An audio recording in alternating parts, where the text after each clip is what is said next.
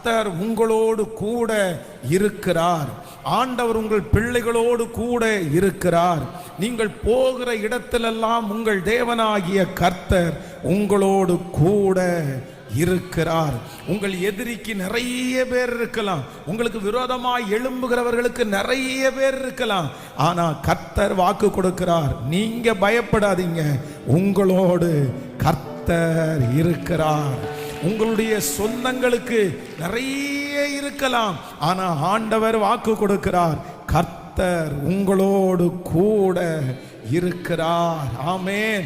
உங்களோடு கூட கர்த்தர் இருப்பார். ஆனால் நான் நம்புகிறேன், நீங்கள் எந்த இடத்திற்கு போனாலும் வெற்றியை தருவதற்கு கர்த்தர் வல்லவராய் இருக்கிறார். கைகளை உயர்த்தி சொல்லுவோம், கர்த்தர் என்னோடு கூட இருக்கிறார். அந்த வெளியூரிலே பிரயாணம் பண்ணி கொண்டிருக்கிற அந்த பிள்ளையோடு கர்த்தர் இருக்கிறார்.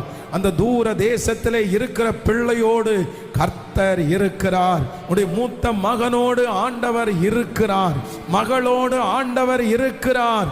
கர்த்தர் உன்னோடே இருக்கிறார், கர்த்தர் அவனோடே இருக்கிறார். கர்த்தர் உங்களோடு கூட இருக்கிறார் என்கிறதை அநேகர் கண்டுகொள்ளுகிற நாட்கள் வரும். எதிரிகள் கண்டுகொள்ளுவார்கள்.